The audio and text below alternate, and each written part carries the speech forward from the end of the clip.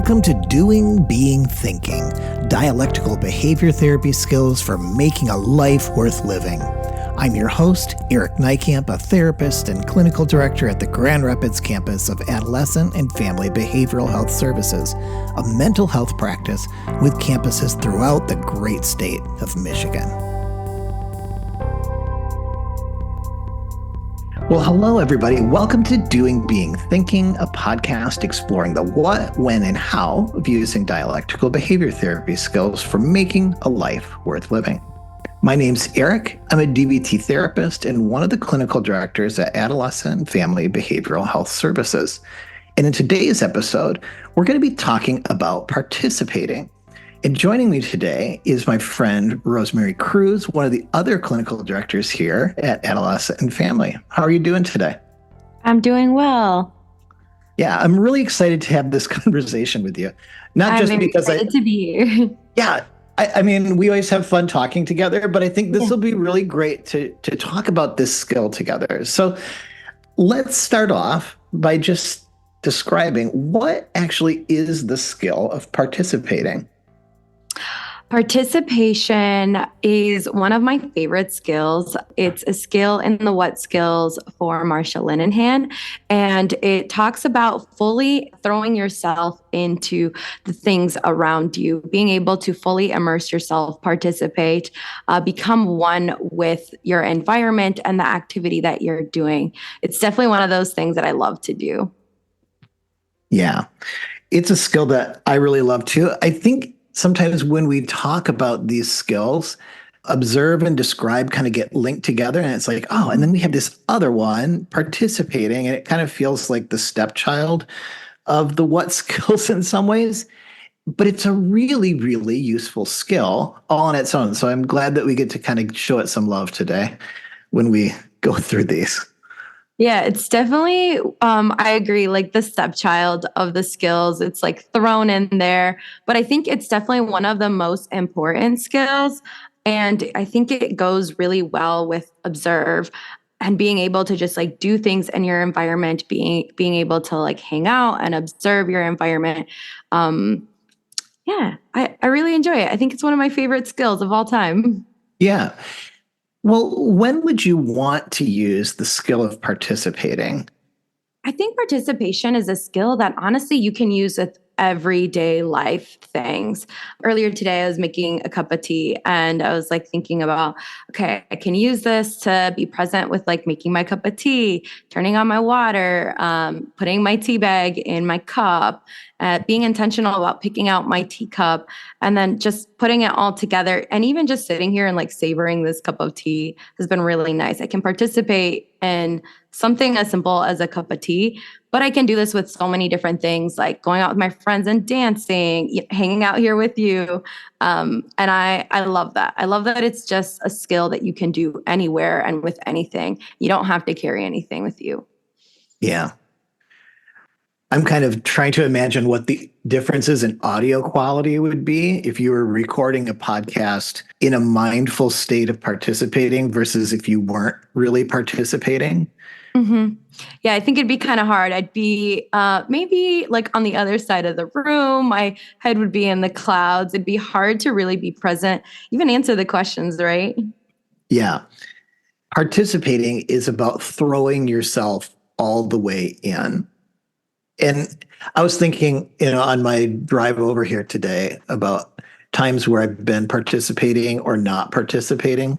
Mm-hmm. And I was thinking about, okay, I've had a number of times where I was in church and we sing a lot of songs at the beginning of the service. And sometimes I'll think like, not really into these songs today. And if I fold my arms and kind of like, well, I'm going to sing, but I'm not really going to like sing all the way. I find myself getting kind of grumpy, kind of critical. I'm like, when is this going to wind up? And my unwanted negative emotions just go up, up, up, up, up. And then I could actually walk out of the service at the end in a worse mood than when I came in, versus the times where I'm like, well, I might not be feeling this first song, but I'm going to sing all the way anyway. I'm going to clap with the music anyway. when I do that, I find out that, okay, maybe it's not my favorites, but I'm not walking out miserable. I'm not walking out grumpy. I'm kind of like, oh, that was okay. And I kind of feel like I sometimes struggle with participating because there's a big part of me sometimes that like I don't want to get hurt or I want to hold a little part of myself back. And that's not the way. Yeah, sometimes even like your environment is new and it's hard to fully participate. 'Cause I've thought about similar situations myself on my way here too, just thinking about like times where like I've been at a social gathering with a friend and everyone's mingling and having a great time and it looks so awesome and I just can't get myself to socialize and hang out and talk and be present with my friends. I'm like that grumpy little person at the edge of the table or the corner of the room who doesn't want to talk to anyone. And it's really hard to get out of that state of mind. And then when I do like push myself, like let me just set a realistic goal. Like let me just talk to one person or let me just talk to someone that I do feel comfortable with. And I start then immersing myself in that conversation. I slowly start to get out of that grumpy mood. And it makes it easier then for me to start to participate even more with like what's going on with the social gathering, whether that's like eating, dancing, singing. It takes a lot of effort. I think that one little step is Yeah. such a great way of just like, okay, let me just like slowly put my toes in there first. And then once you feel the water, it's like, okay, I can throw myself in now. Yeah. For me, sometimes when I think about it, a situation that comes to mind often is starting a new job. Mm. Hmm. And I mean, a lot of us, we've had to start new jobs, many, many, many times. And there's such a difference between starting a job where you're telling yourself, well, I'm just not going to get close to the people here. I'm going to protect my heart from being hurt. And the difference between that and going to a job where you tell yourself, I'm going to go here and I'm going to try to get to know the people and I'm going to try to make some friends. You might know that you're not going to be friends with every single person at the same level, but you're going to do things differently. Like if you're going in with the idea, oh, I'm probably going to get hurt here, your behavior is going to be so different. I mean, I know what I would do. I'd like Hmm. hide in my office or I wouldn't eat lunch in the lunchroom. I go eat in my car or, you know, Keep your when door people say, closed. yeah, right. Like if people say, how are you doing? You just be like, oh, fine. And then walk by, keep moving versus take a chance and have a conversation about what you're doing and find out like, oh, who else has pets or what did you bring for lunch today? And those little things allow you to get close to people over time and you can find out who do you connect with. I can imagine a year in, what would the difference of all those little participating behaviors, what would that have on your job satisfaction, your feelings about going into work versus holding yourself back to self-protect and almost in some ways creating the environment where you're like, yeah, I don't really fit in here. Hmm. Is it that we don't fit in, or is it that we never participated in a way to find out if we could connect? Yeah, not giving ourselves necessarily that opportunity to fully immerse ourselves in our environment and be present with the people who are around us. Ultimately, we don't know if people want to interact with us if we don't also give them an opportunity with an open door to come in. Yeah. Well, we've already started talking a little bit about it, but how do you do the skill of participating? Like, if you're listening to these examples right now, you're thinking, like, okay, I do hold back sometimes. What are the steps that you go through, or what are the elements in participating? I think one is to identify what is it that you want to achieve in your current situation. Thinking about this morning for myself, creating a cup of tea, right? And that was my goal. Okay, how do I become present with that? I'm, being intentional about like picking out which tea do I want to have, making sure my water's hot, even picking out my cup. I was very intentional about what cup I picked out. And I think the very first thing is just to identify what is it that you want to do? What do you want to achieve in that moment. If that's dancing, then okay, then now I know that I need to do some dancing. And how do I prepare to do that activity? If that's, I want to meet new friends, then how do I achieve those things? Do I like, soccer? Am I a pickleball person? Do I love dancing? And then doing the steps that would require you to do those different things. I think one of the things that I try to challenge myself with is the idea of going with the flow. Yeah. I tend to be a person who's fairly introverted. And so it can be difficult sometimes in social situations for me to feel like I'm going with the flow. Like I notice that it takes a bit more effort. And it's easier for me to go with the flow when I'm at home and doing something that's one of my favorite things to spend time with, like, some self-care practices, or for me, that might be playing music. Mm. And it would be almost impossible to play music without being really mindful about it. Like if your mind is on something else, you're not going to get the timing down. Kind of like if you were trying to play a video game Mm-hmm. and you're trying to think about all the people that don't like you, or that you wonder if people are saying things about you or criticizing you while you're playing a video game. Like you're just not going to be able to play that game very well because your mind's really on something else. Yeah, our mind is very much up in the clouds and not necessarily present with our body and those activities that we're currently doing. It makes it super difficult for us to genuinely like see the things in front of us and fully participate. If that's, music or, again, I think about dancing. That's one of my favorite things to do. Such a good example. It's hard for me to do some dancing when I'm thinking about, what my dog's doing later that day, or that thing that someone said, those comments that maybe were from 10 years ago, right? It's hard for me to really be present with that activity if my thoughts and my mind are somewhere completely different. Yeah. Have you ever had a conversation with somebody where you could tell that they weren't really participating in the conversation, like their head was somewhere else? For sure, 100%. I've even been that person. In all Oh, of honesty, course. there are times in my life where it's felt like I hear what you're saying and I like know you're saying words, but can you repeat that again? I have no idea what you just said. I didn't fully comprehend what was being said because it all just kind of sounded like gibberish. Yeah. I mean, I can think of conversations that I've had this week where there have been some days this week it was really easy for me to have sustained conversation with people when I came home from work. And I was really curious about their day. I was looking them in the eye. We have lots of conversations in my kitchen. So I'd be standing in one part of the kitchen where I can see them all the way. And we're both making lots of eye contact versus a day like yesterday where I wasn't participating in the conversation very well. I would ask people questions about how they were doing, but then I kept thinking about, oh, there's this thing I got to take care of a second. I got to quick reply to this email. Oh, here's a text I didn't get back on. Oh my goodness.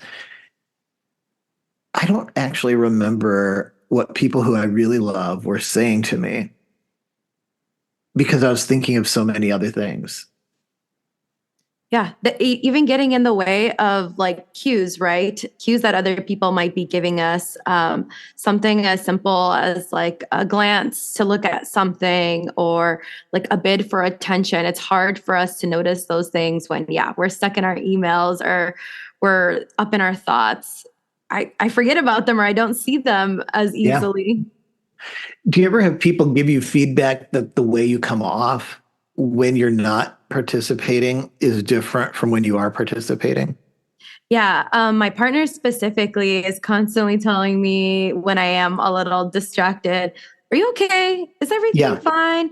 You're such a chatty person. Like, where are you today?" Mhm. I got feedback last night from my wife, who is really good at giving feedback. And she was like, "You seem grumpier today than you have other days." And it really was a good check for me because I wasn't I wasn't able to be very mindful around the people that I care about. And made me kind of think, I wonder how many other times I'm like that, where I don't think I'm being hurtful or being unkind or being distant, but people are reading it. People notice that stuff and they decide to respond to me based on that. And body language is so powerful. Our facial expressions are so powerful. Right. Um, when we aren't present, it's more difficult for us to accurately reflect our emotions through our body, right? Or we may be demonstrating them in a way that we don't intend for them to be because we're not being mindful. Then that gives off maybe mixed signals or confusing signals about what we genuinely intend in the moment. Yeah. So, what do you think would get in the way of participating? I will say that I think there's so many different things. I know, at least for myself, not being able to fully immerse myself with something in front of me starts with like my five senses. If I can't be present with my senses and my body, that can definitely get in the way of using the skill. But I would say also our thoughts. When our thoughts are somewhere else and not necessarily focused on the task in front of us or that thing that we're doing in front of us, it can definitely get in the way of us being fully present.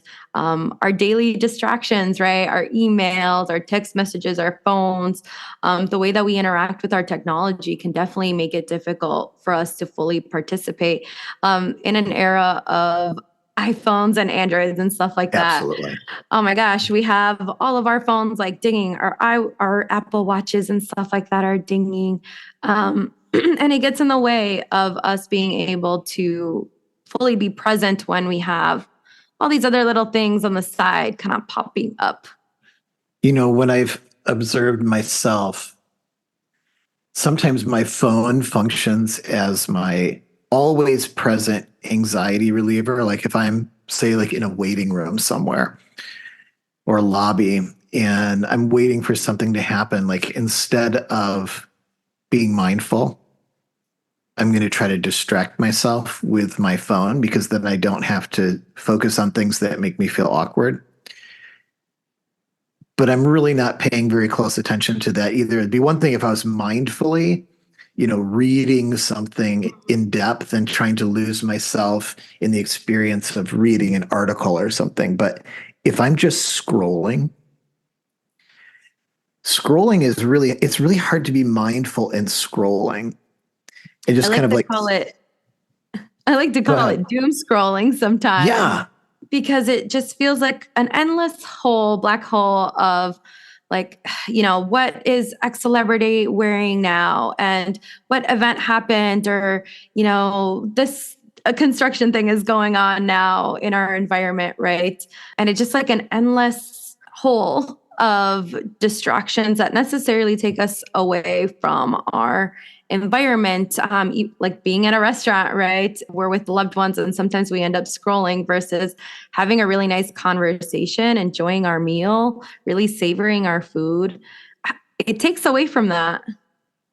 Yeah, I feel like scrolling in some ways trains our brain to stay in a real judgmental state because we're waiting for these little kicks from our brain to tell us like pay attention to this. And some of those things that our brain wants to pay attention to are these automatic thoughts of like comparison or something horrible that happened and you're like, oh no, you have that kind of reaction.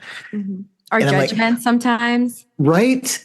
And I'm like, oh my gosh, I'm doing this to myself. I'm literally putting myself in a situation where I'm priming my brain to keep having unwanted negative thoughts. It'd be different, I suppose, if my social media feed was full of like, joy, gratitude, wholesomeness, Hmm. peace, But a lot of times that's not what's in our social media feed. It's like, buy this because you're not enough, or this will be the thing that you need to protect yourself from next, Yeah. or look Try at this these new horrible fad, people. right? Yeah. And I'm like, I do that. I do that to myself over and over and over every day. I agree. I think it's such a big distraction. I try to be very intentional about these distractions, especially when working really hard to be a participant in my environment. Like putting my phone on do not disturb, or like putting it on, like personal, blocking out certain notifications from coming in, flipping it over. Those types of things have definitely helped me to specifically start to get away from those things and just be a little bit more present. Thinking about like if it's something that is truly important, then the notifications that I've set will come in, right? Like my Yeah. mom, my partner, work, right? Those things will come in. Everything else, like Instagram and Facebook, all of those become distractions that I can turn them off. That's not necessary. I don't really need that to be present with a conversation with a friend at lunch or brunch, right? It's easier to just turn them off. Can I be vulnerable for a minute? Yeah. Okay. So, one of the other things, at least for me, I don't know if this is true for everybody, but it's certainly true for me, is if I'm in a pre existing bad mood, that for me ends up being the thing that makes it the hardest to participate. Like I've got a number of situations I've noticed in my life that they're not the way I want them. They cause me a certain amount of pain or misery if I think about them. And when I do think about them, I get a pretty big kick from my emotions. And I could be on a walk. So this is a regular one that I've noticed myself doing. I'll be walking my dog. It is a perfectly beautiful day. Like we're experiencing spring right now in Michigan. Like I'll be on a walk. The flowers are out. The leaves have just come out on the trees. It's sunny. It is room temperature when you walk outside, and there's like this light breeze, and you can hear all the birds singing, right?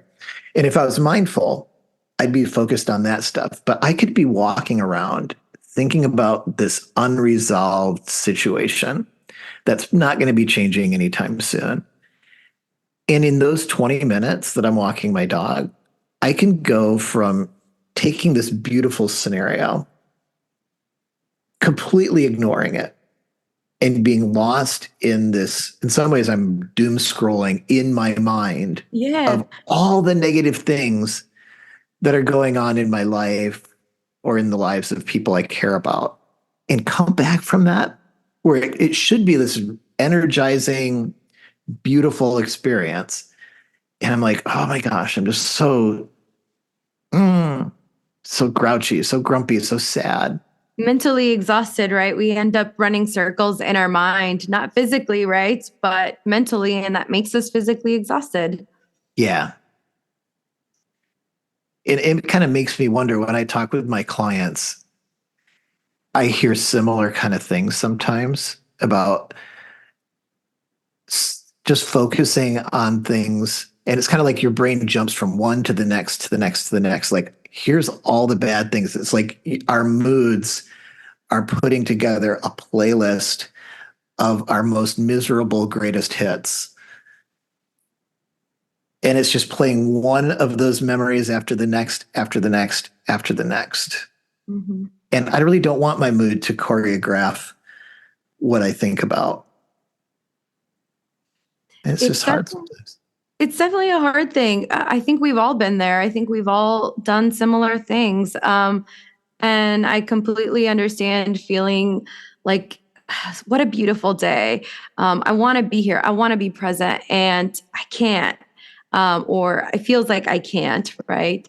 Um, Trying to get out of that is such a difficult thing. And this is where I always come back to like trying to connect back to my body. Sometimes I Yeah. can't get out of my head, but how can I connect at least to my body in this moment to at least start a little bit to get out of this? What do I see? What do I hear in my environment to start distracting a little bit from those thoughts? We're not avoiding those thoughts, we're putting them aside for maybe a different time, but we're trying to be present with our dog, right? We're trying to be present with walking. So connecting with our body is such an important piece of participation using our five senses. That's why I think observe is such an important part of participation, just coming back to those five senses. So Yeah. start letting some of that go. It's normal for us as humans to feel distracted and to sometimes fixate on these things. It's then thinking about like, how do I come back to myself? How do I come back to what's in front of me so I can find life worth living where I'm not just existing and I'm participating, being present with everything around me? Yeah. For me, when I notice that I'm in those lost in thoughts times, I also will try to come back to my body in a couple ways. Like, um, I love cooking. It's Yes. very, it's very, very normal for me to decide that's when I'm going to cut vegetables. Like, you have to be mindful when you're using a sharp knife.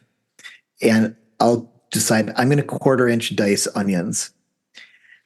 And I'll just focus on getting those lines all lined up. And then, okay, well, what am I going to make with this? And participating that way where you're trying to smell it and then you're tasting it. And those kind of things also will be, at least for me, ways of coming back into my body instead of I being love lost in my mind. I definitely love that. I think food is a fantastic one. For me, it's always been like getting ready, even if it's just for myself, because I think not only is it a great participation skill, but it's a great self care skill.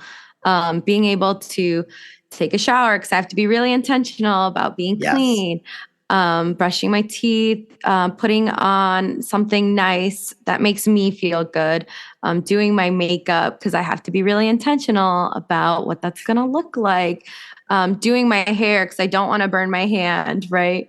It's a great way to just feel good about myself and really think about like, what are the steps that I genuinely have to take to feel good? Yeah, I agree.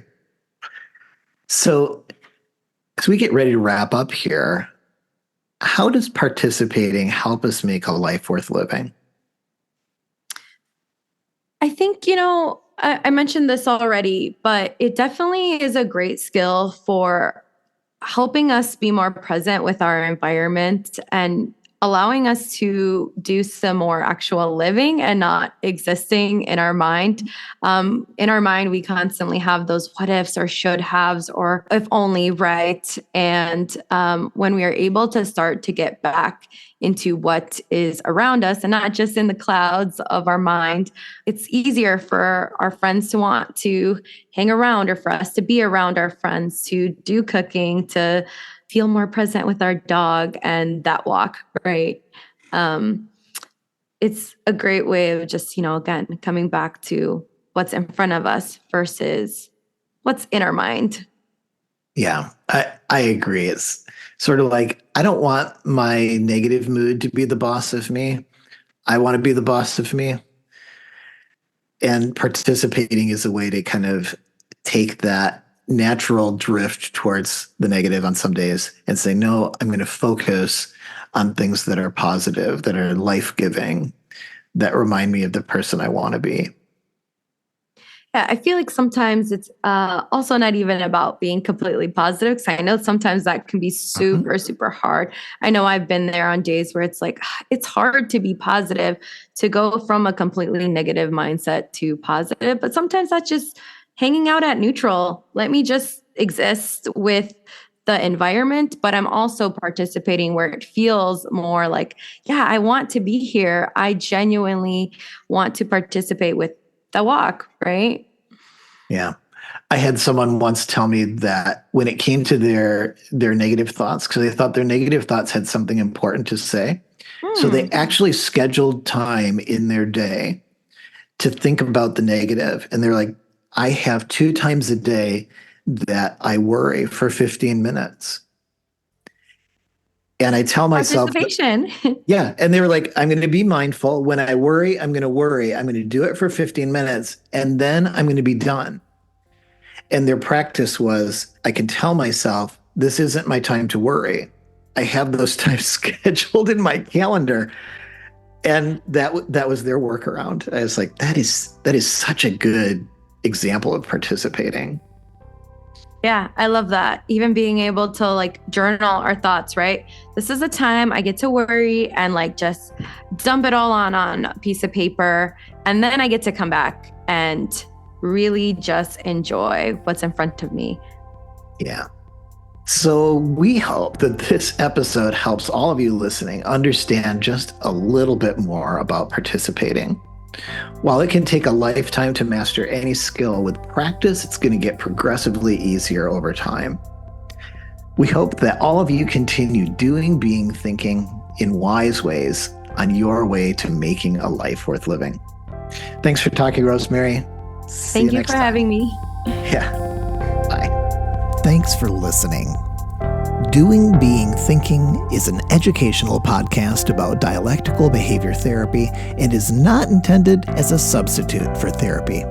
This is a podcast outreach of adolescent and family behavioral health services, offering both in-person and telehealth therapy to children, teens, and adults throughout Michigan.